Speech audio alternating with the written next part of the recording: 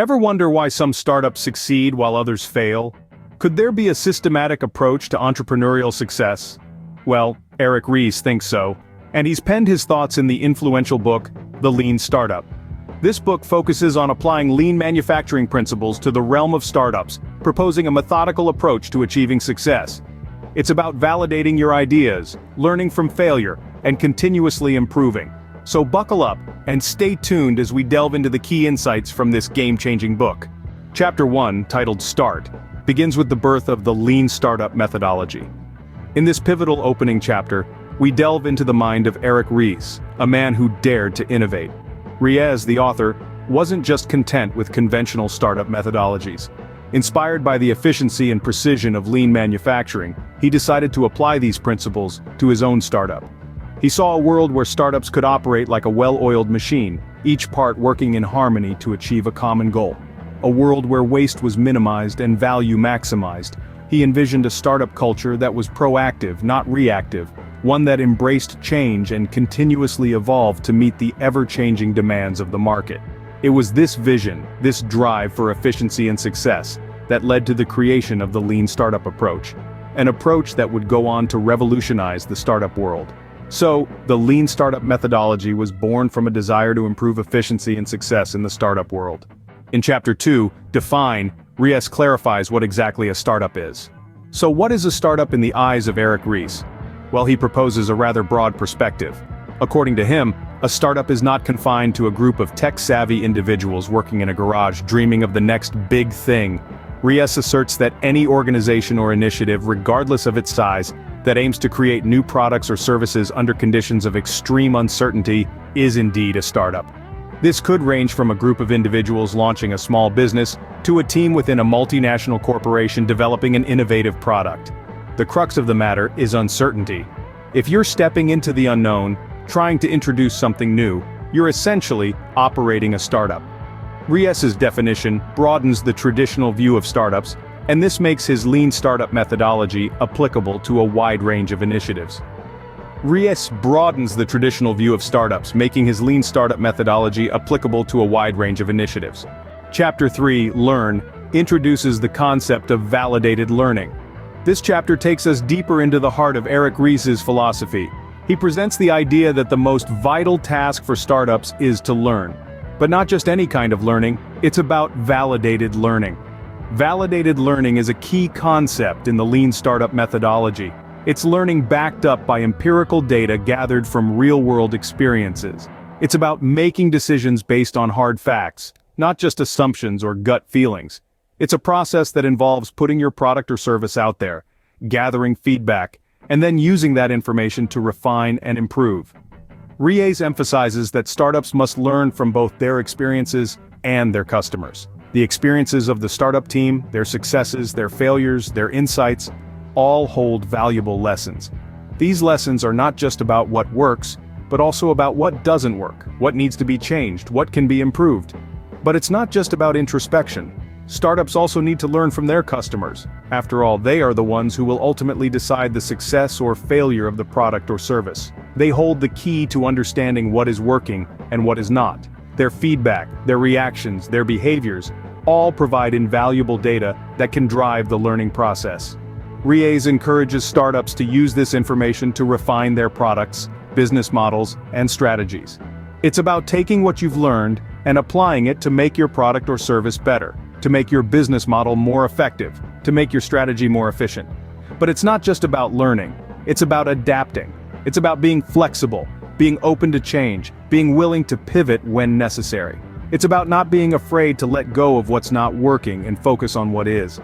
It's about not being wedded to a particular idea or approach, but being willing to evolve and grow. It's a continuous cycle of learning and adapting, of testing and refining, of iterating and improving. And that's the essence of the Lean Startup methodology. It's not just about producing, it's about learning. And it's this learning that ultimately drives the success of a startup. That ultimately determines whether a startup will thrive or fail. The focus is on learning and adapting, not just producing. In Chapter 4, Experiment, Ries discusses the value of experimentation over elaborate planning. Picture this, you're a startup founder, and you've got this groundbreaking product idea. You could spend months, perhaps even years, perfecting every detail, ironing out every kink. Sounds reasonable, right? Well, Eric Ries begs to differ. In The Lean Startup, Ries turns traditional business wisdom on its head. He argues that instead of spending countless hours and vast resources on planning and perfecting, startups should be experimenting. And not just any old experimenting, but rapid, iterative experimentation. Why? Because in the dynamic world of startups, time is of the essence. And with rapid experimentation, you're constantly learning, constantly evolving. You're not just stuck in a planning phase, you're out there in the real world, gathering real data, getting real feedback. Ries encourages startups to build a minimum viable product, or MVP. This is a product with just enough features to satisfy early customers and provide feedback for future product development. The MVP isn't about creating a perfect product right out of the gate. It's about learning what your customers actually want, and then iterating on your product accordingly. Ries emphasizes that this process is a cycle. Build, measure, learn. You build your MVP, you measure how it performs, you learn from the data, and then you build again.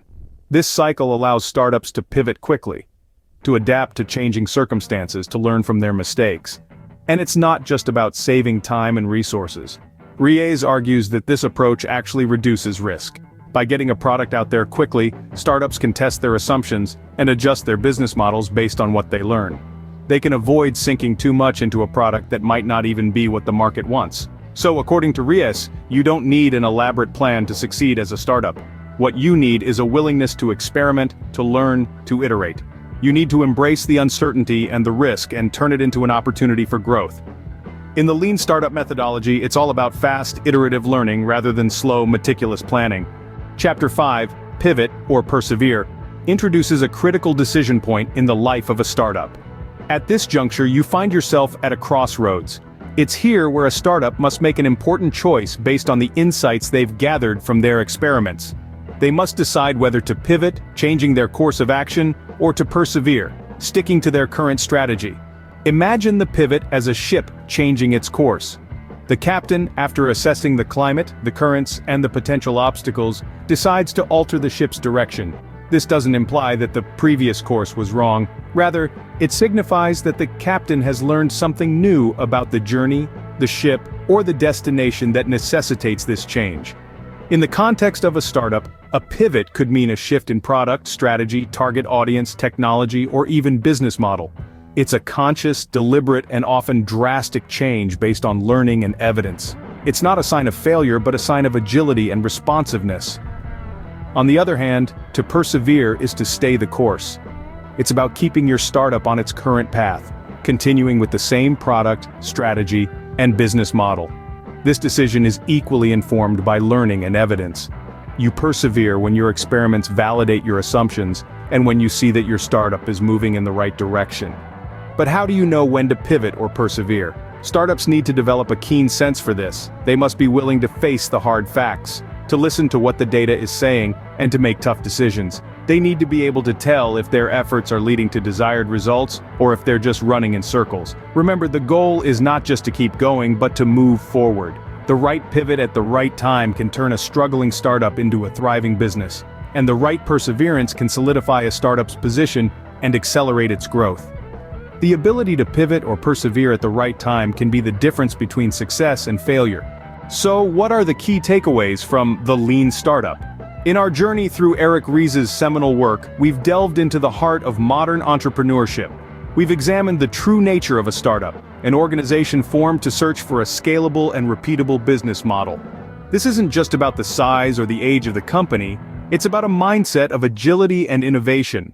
We've underscored the importance of validated learning. This is about more than just gathering data. It's about turning that data into knowledge. It's about using that knowledge to build a better, more successful business. It's about learning what works, what doesn't, and how to improve.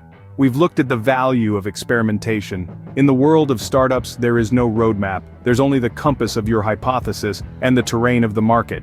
Experimentation is how you navigate that terrain, how you discover what your customers actually want.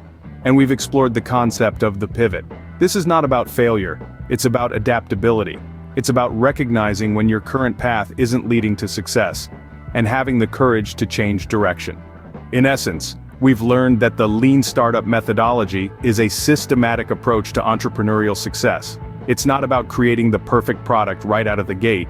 It's about learning, adapting, and iterating. Remember, the lean startup methodology is about learning and adapting, not just producing. It's a systematic approach to entrepreneurial success,